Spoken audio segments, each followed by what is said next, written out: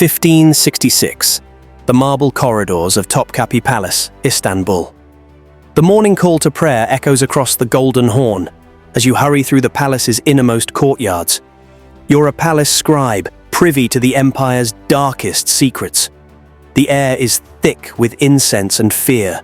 Sultan Suleiman the Magnificent has just discovered a plot against his throne, and the retribution will be swift. You pause outside the chamber of the sacred relics as muffled sounds emerge from within, not screams. The Ottomans pride themselves on silent deaths. Instead, you hear the soft whisper of silk being drawn tight, the gentle thud of a body hitting marble floors, and then, nothing. Through the ornate wooden doors, you glimpse two deaf-mute executioners, chosen for their inability to speak of what they've witnessed, carrying away the lifeless form of a Grand Vizier who, just yesterday, commanded armies across 3 continents. This is Ottoman justice. Not the crude public spectacles of medieval Europe, but something far more sophisticated, far more terrifying. Today, we're counting down the 5 most brutal execution methods of the Ottoman Empire. Watch to the end to discover how they turned the empire's most luxurious fabric into history's most elegant weapon of death. To understand Ottoman execution methods, you must first understand the unique challenge facing every sultan who ascended the throne. Unlike European monarchies with clear rules of succession, the Ottoman Empire operated under a brutal principle. Any male member of the royal family could potentially claim the sultanate. This meant that every sultan lived surrounded by potential rivals, his own brothers, sons, and cousins. Topkapi Palace wasn't merely a residence. It was a carefully designed instrument of control. Its layout reflected the Ottoman understanding that power required the ability to kill invisibly, cleanly, and without disturbing the carefully maintained fiction of imperial harmony. The palace contained spaces that most visitors never saw: soundproof chambers where silk bowstrings waited in ornate boxes, hidden stairways that led directly to the Bosphorus, and apartments that could become prisons with the simple turn of a key. Every room was designed with dual purposes: beauty and brutality. This silence was the key to Ottoman power. When people don't know how their leaders die, when death becomes invisible and unpredictable, fear takes on a different quality. It becomes anticipatory, psychological, and all-consuming. Every day becomes a potential last day, every summons to the palace, a possible death sentence. The Ottomans understood something that many rulers miss. Visible brutality eventually breeds resistance, but invisible brutality breeds paralysis. When you can't see the threat, you can't prepare for it, can't fight it, can't even fully understand it. You can only submit. Number 5. Mass beheadings. The year was 1826, and Sultan Mahmud II faced a crisis that threatened to destroy his empire. The Janissaries, once the Ottoman Empire's elite military force, had become a state within a state, deposing sultans and dictating policy through armed rebellion. Mahmud's solution was swift and merciless: the complete annihilation of the Janissary core. What followed was one of history's most systematic military purges. In a single day, over 4,000 Janissaries were hunted down in the streets of Istanbul. Those who surrendered were immediately beheaded, and those who resisted were burned alive in their barracks. The lucky ones died quickly. The heads of Janissary commanders were then mounted on stakes in the hippodrome, displayed like grotesque trophies for weeks, until the Istanbul summer heat made them unbearable. Provincial governors received packages containing the severed heads of local Janissary leaders, accompanied by imperial decrees explaining their crimes. Imagine opening what you thought was a routine diplomatic pouch, only to find the decomposing head of someone you dined with just weeks before. The psychological impact was devastating. Within months, Janissary uprisings across the empire simply melted away. Local commanders, seeing the fate of their Istanbul counterparts, chose exile over rebellion. The core that had terrorized sultans for centuries was eliminated not just physically, but psychologically. Yet this was considered one of the Ottoman Empire's more merciful execution methods. The Janissaries at least died quickly. Others weren't so fortunate. Number 4. Impalement, the Balkan nightmare. While Ottoman court executions were models of refined cruelty, their approach to rebellious subjects in the Balkans revealed a darker side of imperial justice. Here, far from the sophisticated salons of Istanbul, they employed a method that had haunted the region for centuries: impalement. Ottoman impalement wasn't the chaotic brutality you might imagine. It was systematic, efficient, and carefully designed to maximize both suffering and psychological impact. The technique had been refined over generations, with executioners trained to position stakes in ways that would keep victims alive for hours, while serving as visible warnings to potential rebels.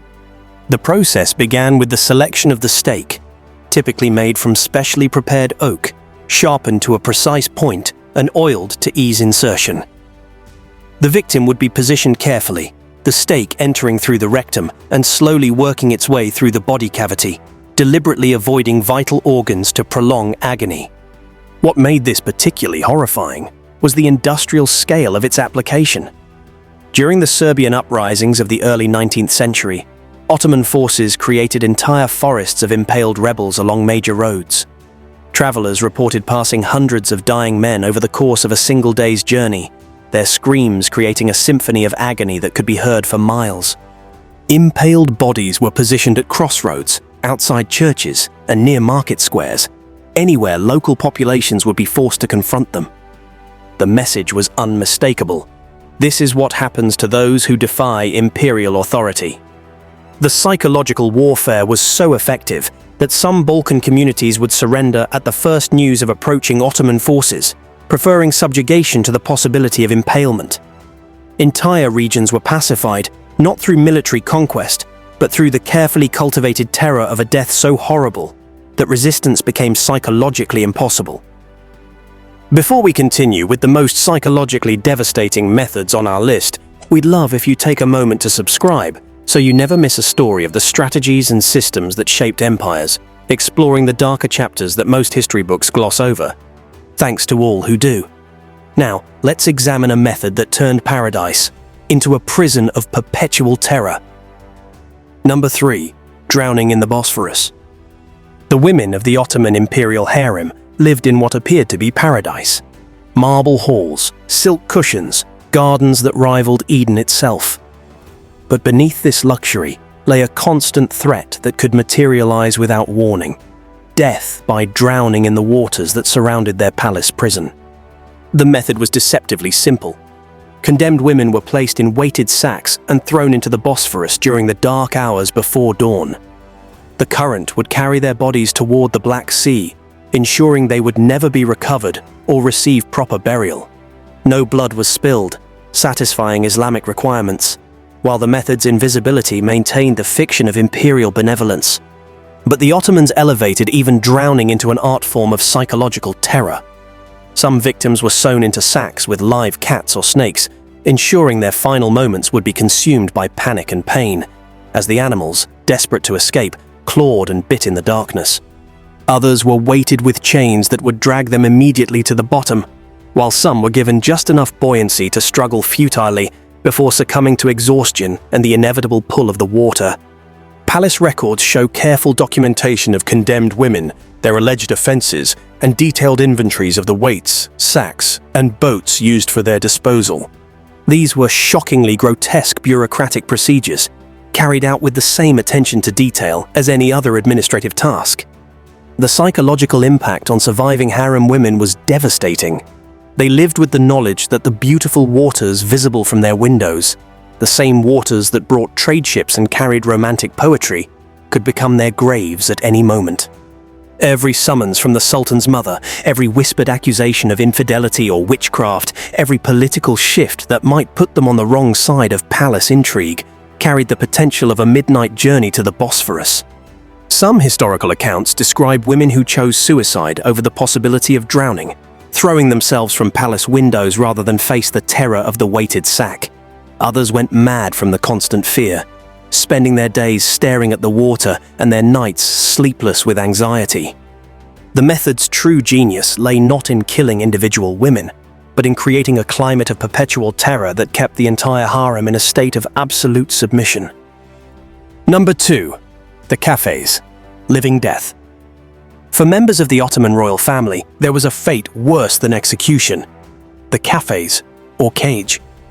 This wasn't a physical cage, but a collection of luxurious apartments within Topkapi Palace that served as golden prisons for potential claimants to the throne.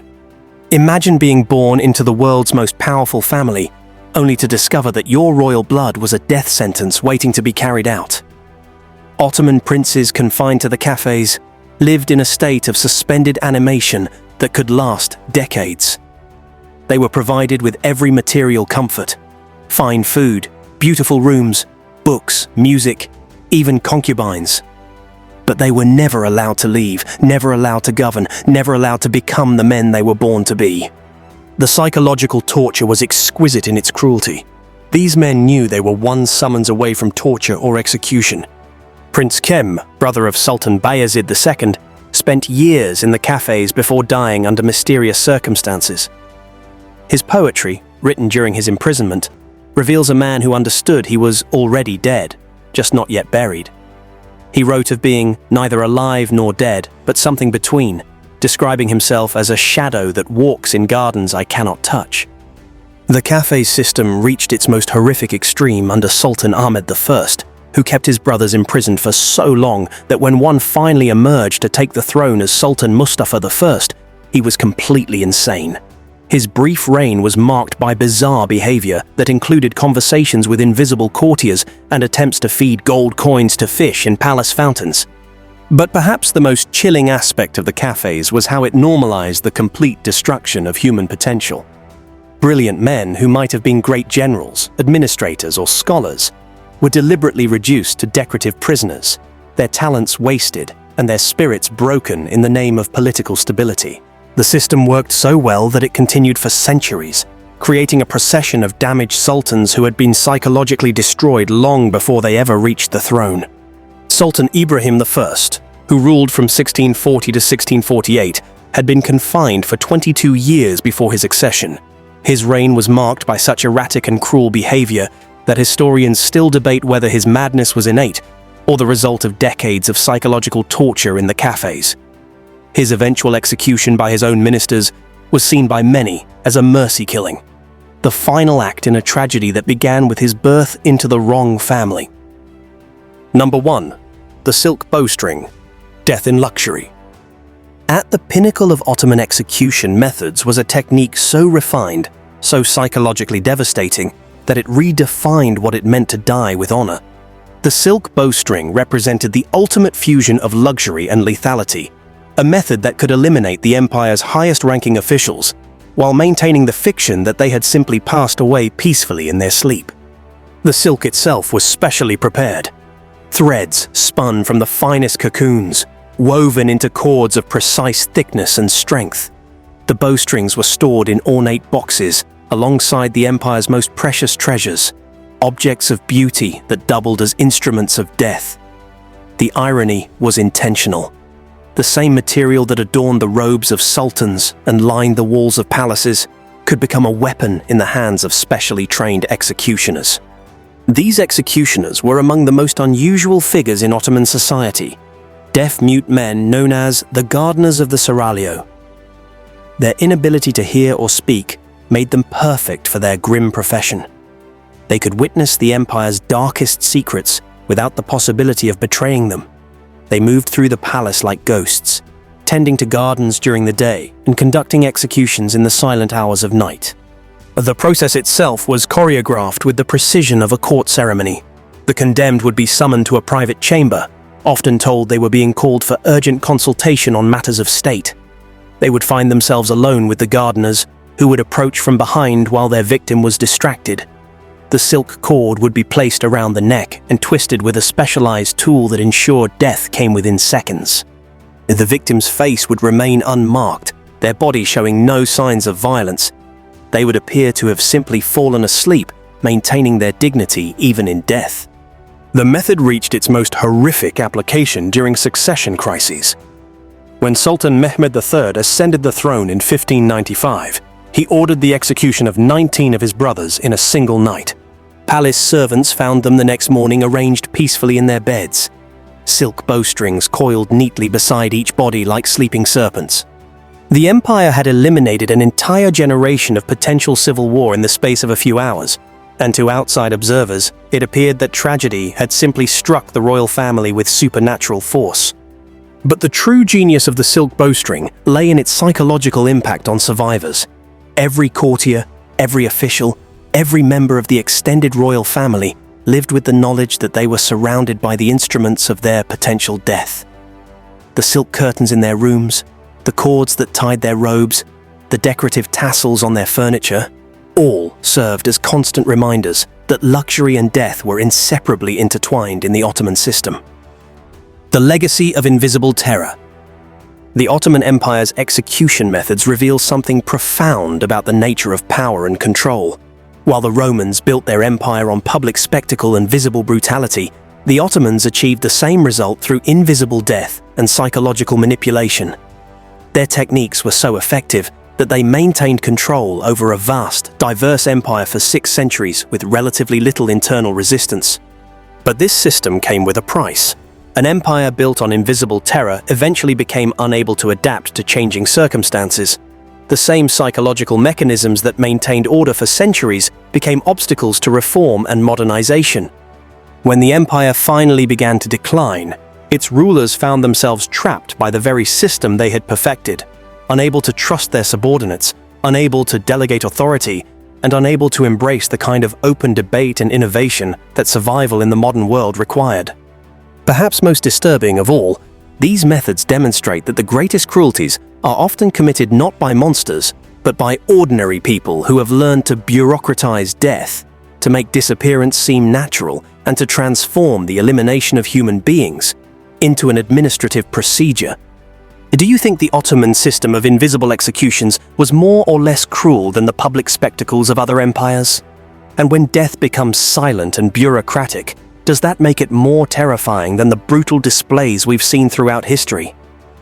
Share your thoughts in the comments below, and if you're fascinated by history's darkest chapters, make sure to subscribe.